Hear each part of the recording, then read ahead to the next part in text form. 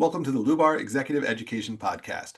In this episode, we'll be talking about how executives can effectively respond to all the pressures of operating at the C-level, how to navigate through crisis, and get themselves and their organizations back on track if things start moving out of control. With me today is Deborah Coviello. Deb is known as the drop-in CEO, and her superpower is lowering the temperature and elevating conversations with empathy and patience. As a speaker, author, and consultant, she teaches the C-suite leaders how to establish the light. Yeah, give me that a second. As a speaker, author, and consultant, she teaches C-suite leaders how to establish a lift, light, lead environment and create calm amidst chaos and crisis. Deb is the author. Wow, I'm having a bad day this morning. Deb is the author of The CEO's Compass, your guide to get back on track, and the new CEO playbook, Stop Chasing Results and Start Pursuing Peace of Mind. Her long-running podcast, The Drop-In CEO, is in the top 1.5% globally among Apple Podcasts. Welcome, Deb. It's great to be with you today. Mike, thank you so much. I am so forward looking to this conversation, and who knows what we're going to talk about today. Yeah, I'm looking forward to it too, and it's great to be with you again. And before we jump in, last time we met, we were talking about the winter sport of curling. And you being from New Jersey, me being from New Jersey, I find the sport to be truly interesting. Uh, I also happen to just live a few miles away from the Milwaukee Curling Club, and I know that they host sessions for beginners. How did you get introduced to the sport, and what's it like? Okay, well, curling. First of all, I have been curling for about 17 years now, and happen to be the recipient of a silver medal at the arena curling level. So, yes, I compete, but you know what? It is just an amazing sport that anybody could start at any age. But going back a bit, my new boss at the time happened to have been a curler at the Plainfield Curling Club, and one year they said, "Do you want to give it a try?" And the first year I said no. I was so busy getting my eldest son into college, I didn't have any capacity, but my husband did start the sport. But once I started the following year, I realized it was tough to start. But it's one of those sports that you can learn it within 10 or 15 minutes. So you should go out and try it at the curling club. But it takes a lifetime to hone your skills. But anybody could play. You could be 8 years old, you could be 82. I have played with both on the same team. My three children play. But since then, I have really, really, really enjoyed the culture, the camaraderie, the social aspect of it, and being able to go to other curling clubs and just meet new people, compete, or just have fun.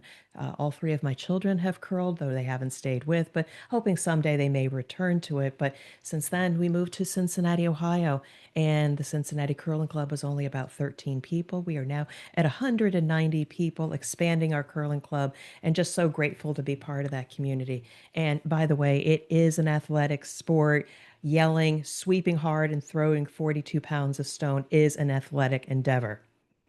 I can only imagine. And thanks for indulging me with that question. It's good to hear that I have kids in college age as well, so it's not too late to start for me. So I'm gonna get out there as soon as I can. Well, let's move on to our main topic.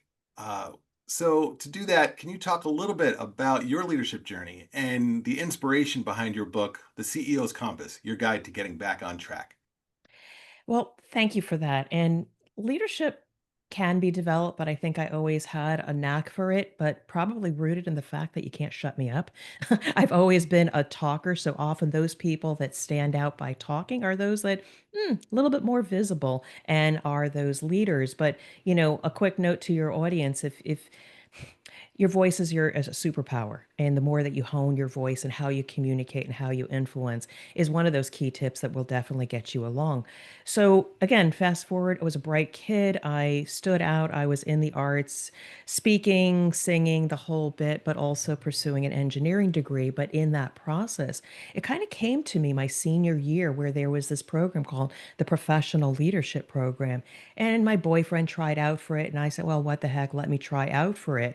And I got into the program, not realizing leader. I'm just an engineer, introvert, as I labeled myself. But very soon after that, I started realizing people saw me as a leader by just the way I showed up.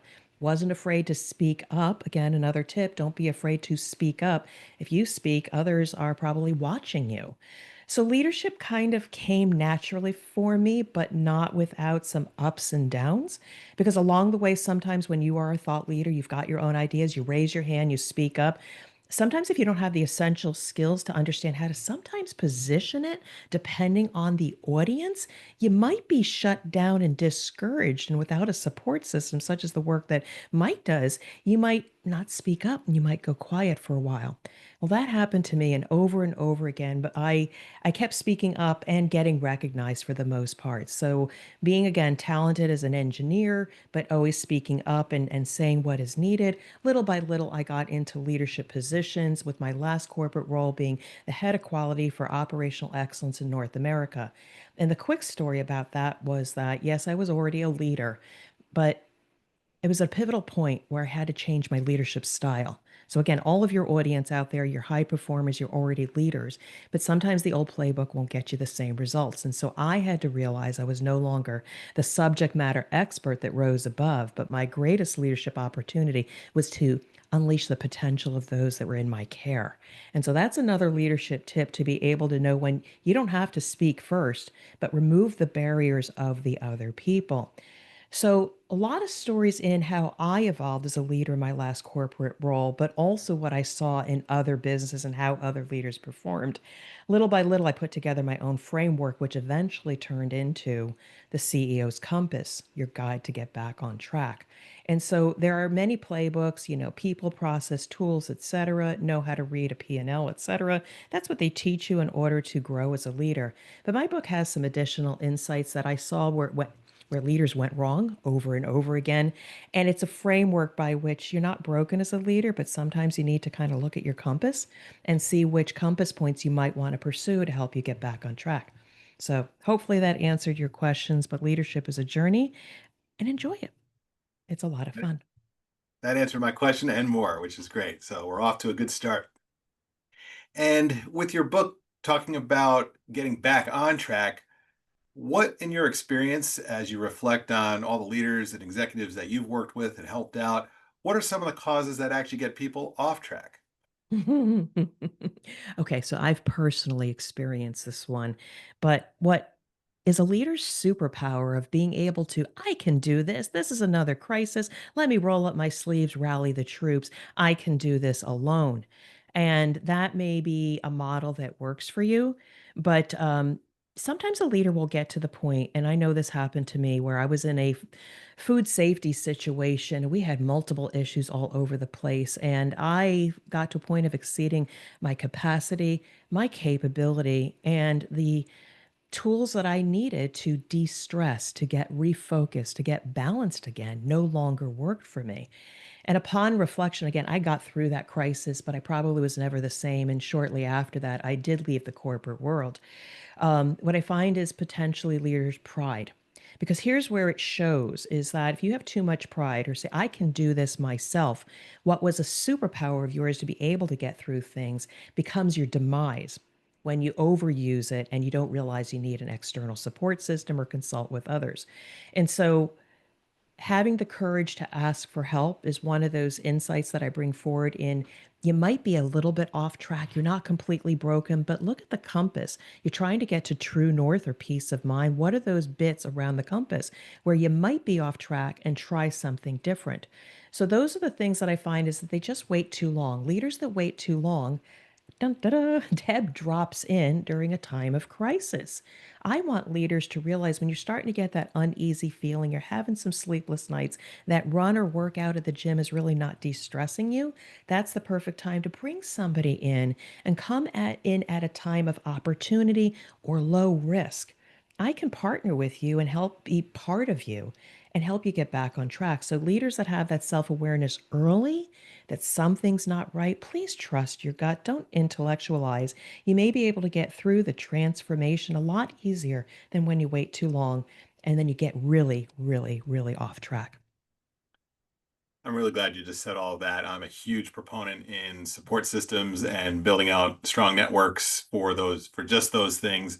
And I talk a lot about the commonality of people trying to be the hero leader and take on all this phone, and how that's not always the best approach, and it's definitely not sustainable, especially as you're rising up in an organization. And I call those the firefighters.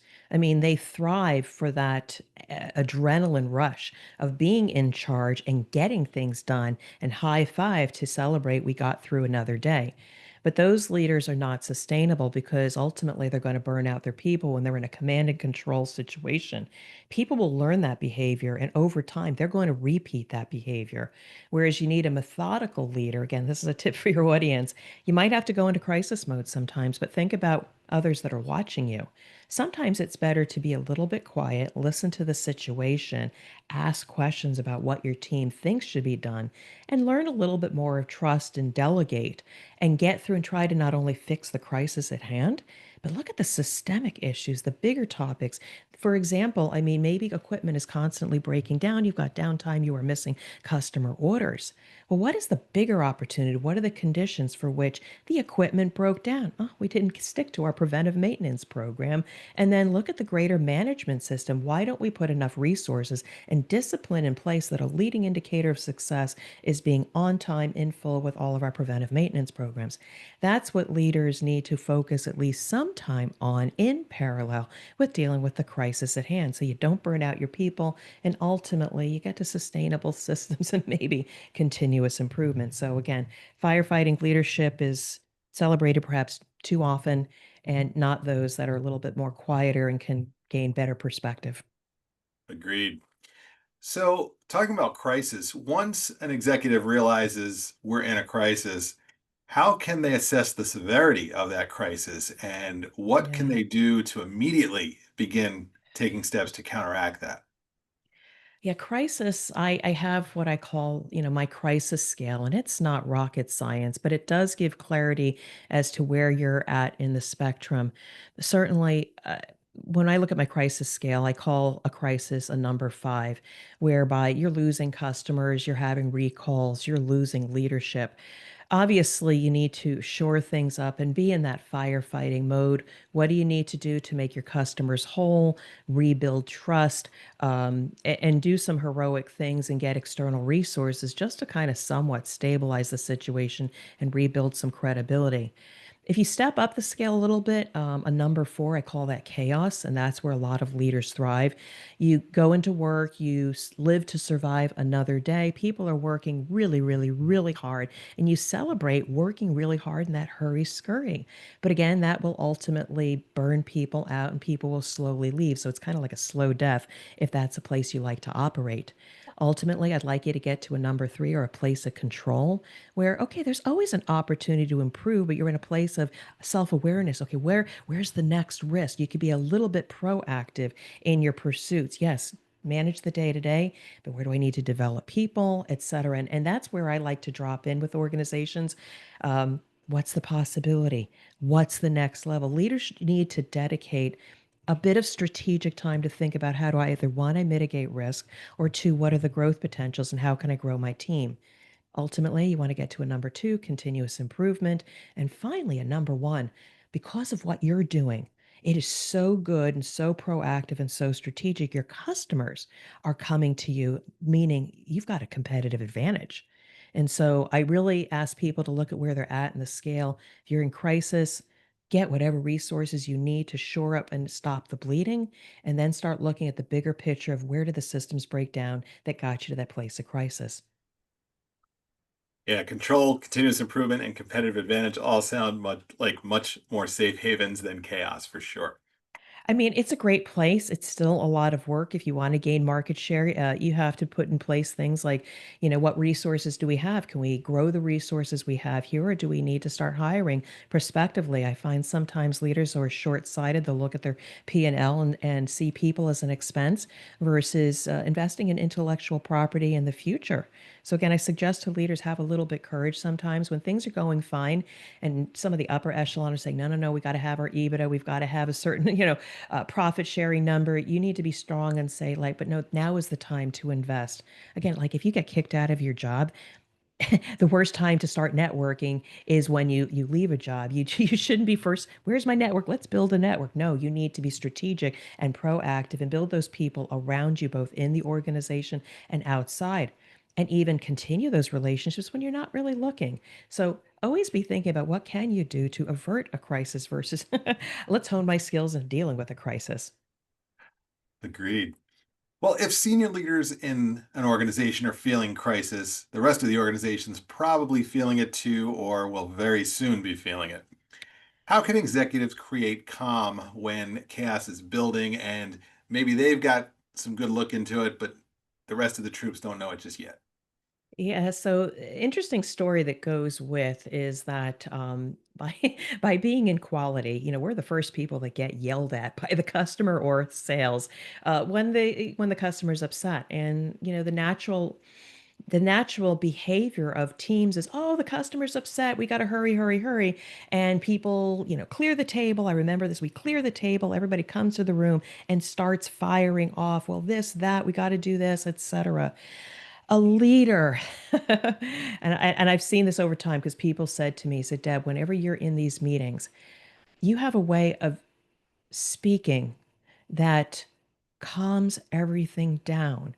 And when you're done speaking, we're able to move forward. And so I've learned this over time that if you are the first to speak, that then you're not really the leader that they need you to be.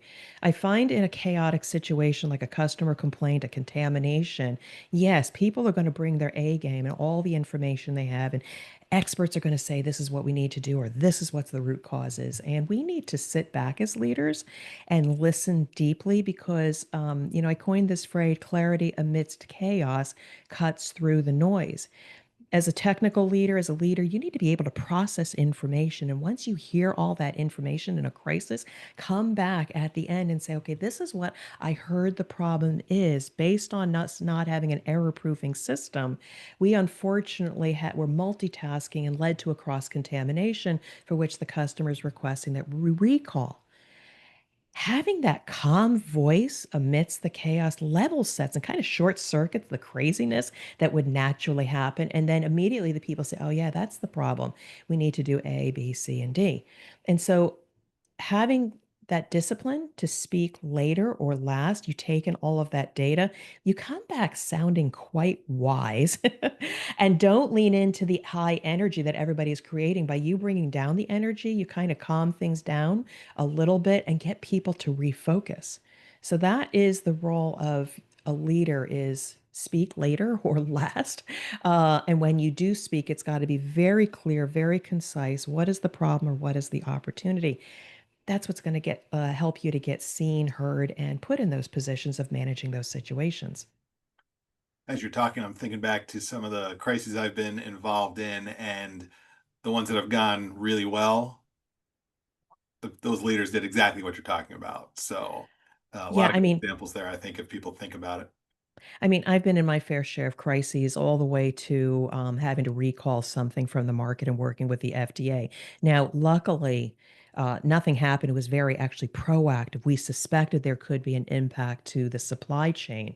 And I'll tell you, it was absolutely crazy during that time. But I find in those times is being completely transparent, laying out the facts because facts don't lie. Make sure you cross your I's and dot your T's. I'm not sure if I got that right.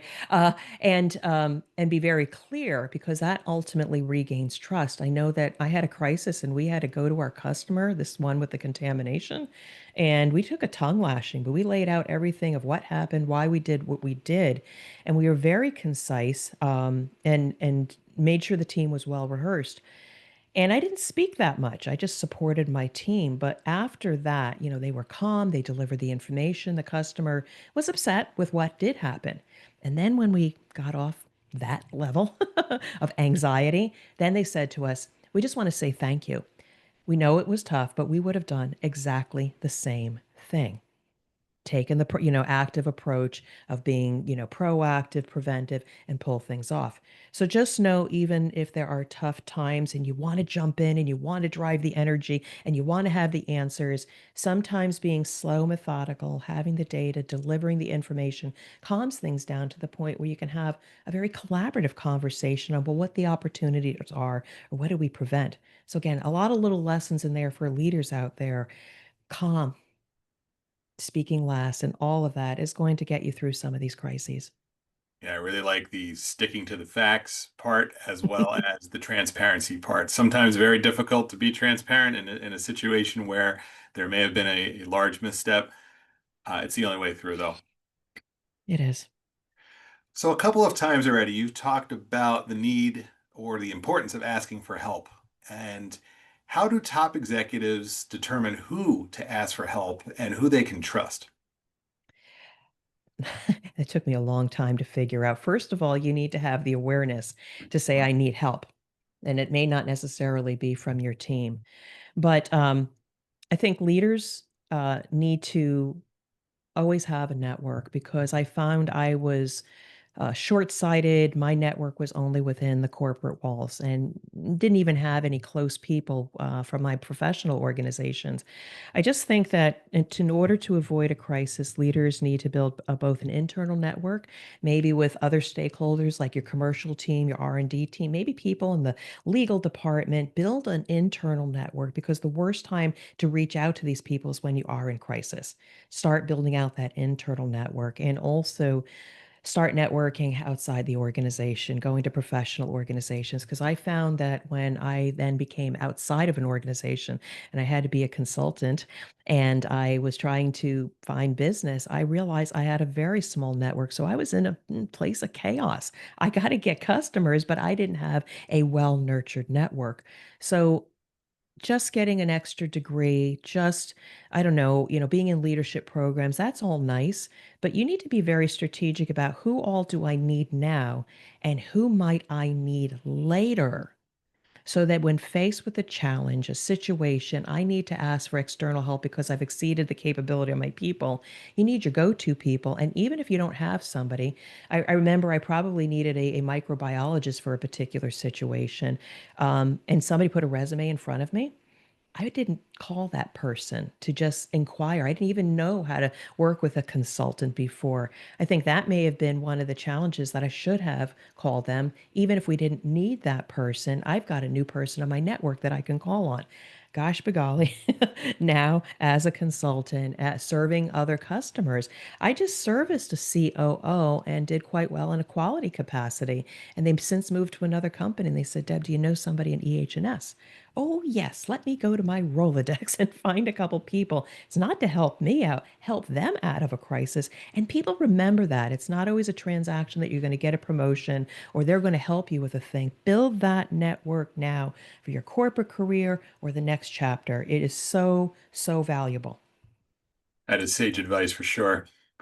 Well, a big part of any leadership role is developing the people in your organization and that next level, that next generation. When we first met, you were talking a little bit about what you call the little secret CEOs don't want to share about employee coaching. What can you tell us about that little secret with everybody listening here? Well, actually, it's probably not a secret. They just don't know how to develop their people or give proactive or positive, constructive feedback. They just don't teach you. They don't give you a framework.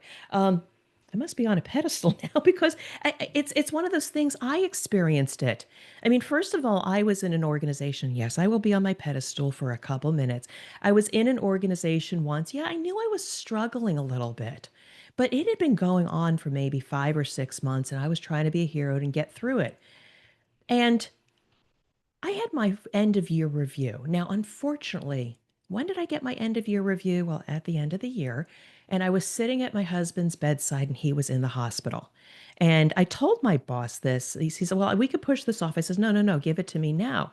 And all of a sudden, he slammed me with stuff that, we were already meeting on a weekly basis. Why did they wait to the end of the year? And they were just saying, you didn't do this and you didn't do that. And then crickets. Okay, I have to improve something. no suggestions on what I needed to improve. And so, obviously, being a self starter, I did some self reflection. I said, well, I'll take a course on this. I needed better decision logic and prioritization because I wasn't getting everything done. Does that sound familiar to you guys out there? You super high achievers that try to get everything done wind up being your demise because you don't have good decision logic on what to do and how to prioritize. So, what happened is I started going through my self improvement. I was learning stuff, and not once did they ever say, hey, what did you do? Or, hey, how's that class going? Or, hey, I saw you in this situation. I actually saw you make some better decisions. Nothing, nada. So, what these leaders don't understand, it is critical to invest in your people and personal development.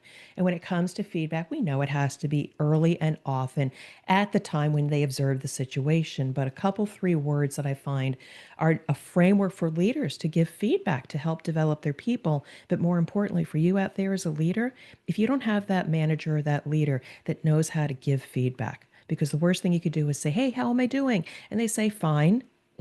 What the heck can you do with fine? Or let me get back to you, and then it's crickets. What we need to do is give people a framework to ask for help or get or ask for feedback or give feedback. And it is three simple words that I stole from somebody. He actually reported to me. And the first one is, what should I continue? The second word is, what should I start? And the third word is, what should I change? Which makes things actionable. And you have to answer those three questions. More explanation. What should I continue? That's my superpower. This is what you're known for. This is what you should continue to do. You can further develop your superpowers versus your weaknesses. What should I start doing are those things that can enhance the superpower that you already have. So, for instance, if you're already a great speaker and you can give great presentations, what could you start doing? Well, one, you could maybe show up in another business unit and do the same thing to leverage your value. Or could you teach somebody what you do to give the most amazing, influential presentations? That's where you could start doing more to leverage that superpower. And finally, what should you change? They may not be recognizable now, but what are those little nuances or things that you do that may not be in line with the organization that if you keep doing it might detract from that superpower?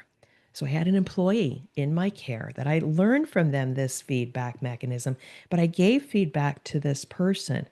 He was an amazing speaker. I told him, keep doing that, keep doing what you're doing. People go to you for your subject matter expertise.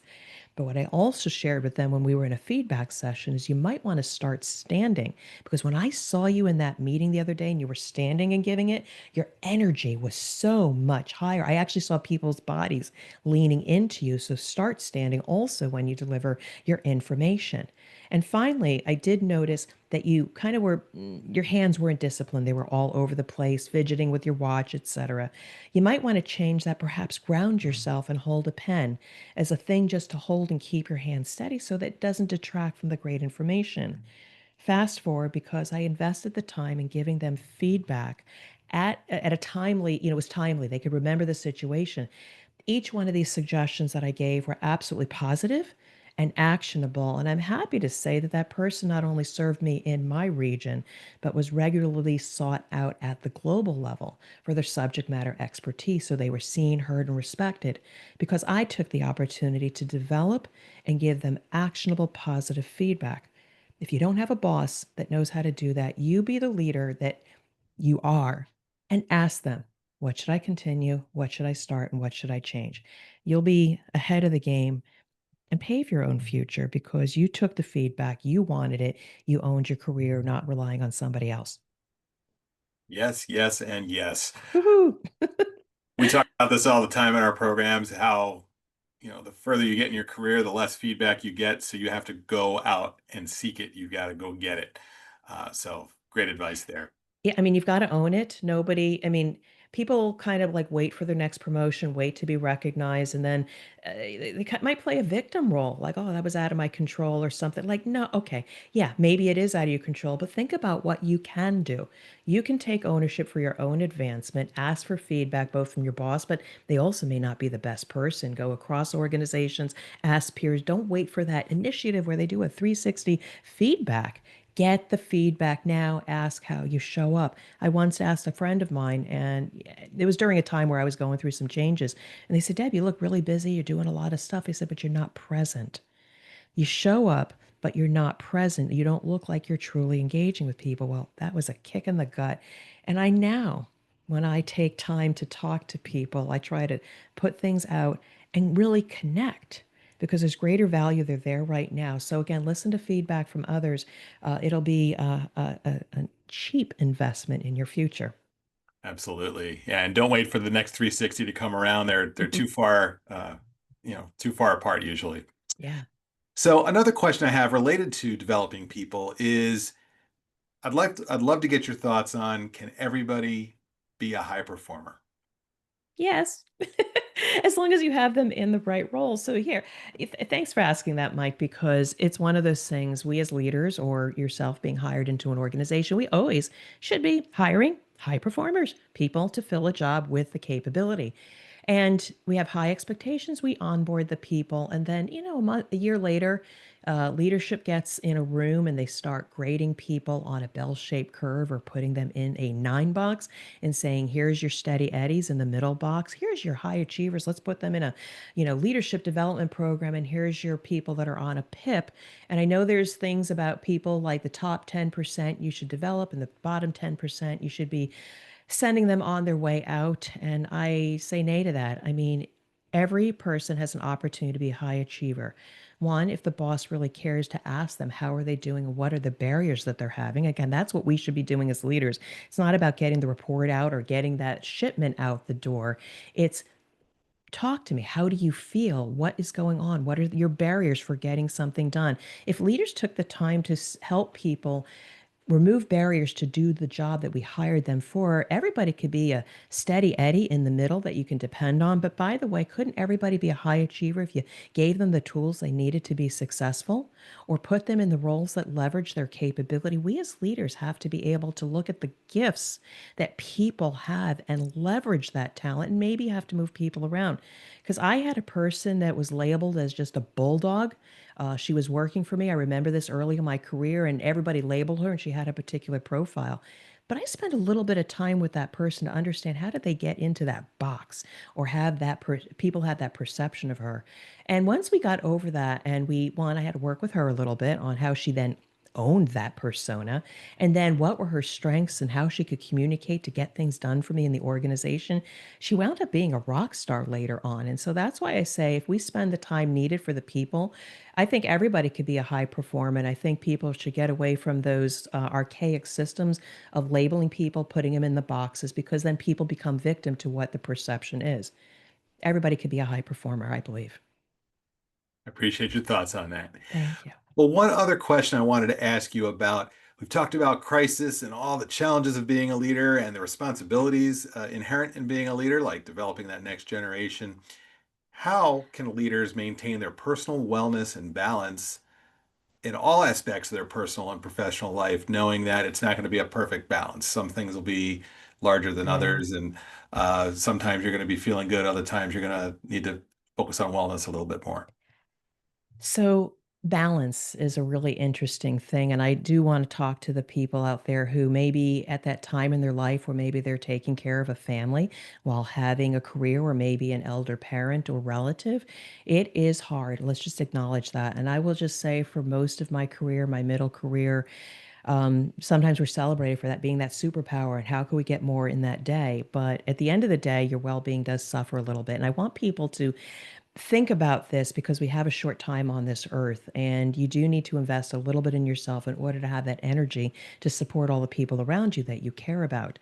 I did not do this well. I came into my marriage. I was pretty thin, and then as I had children and life got a hold of me, in the beginning you have a great metabolism, but over time things slip because you feel like pleasing everybody and getting everything done is how you're celebrated. And then one day you look in the mirror and say, "Oh, that I'm not the person. I don't like who I am right now."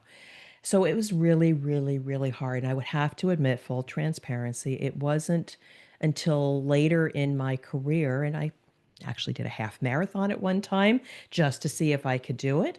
Um, I realized I need to invest in myself because nobody else is. So I would say it does take a lot of discipline and commitment as to what really matters Don't overcommit to organizations and volunteer activities. Sometimes you just have to peel back the layers because at the end of the day, people will appreciate you, but from the long run, if your health suffers, you're not going to be able to do that work. I will say, and again, this plays into getting a support system. Once I had the opportunity to leave corporate and I had my own business, I also had the time to think about how do I feel? How do I show up? And I have had some coaches, some mindset coaches. So I know all leaders think, oh, I can do this. I'm fine. No, I want you to think about, are you whole? Are you really whole? Do you feel like you're at best? And think about getting a support system, whether it's coaching, whether it's through your professional organization. Start thinking about your mindset and behavior because what got you ahead in the past may be your demise, and you may not have the health that you want to continue to do the things that you want to do, whether it's for yourself or family.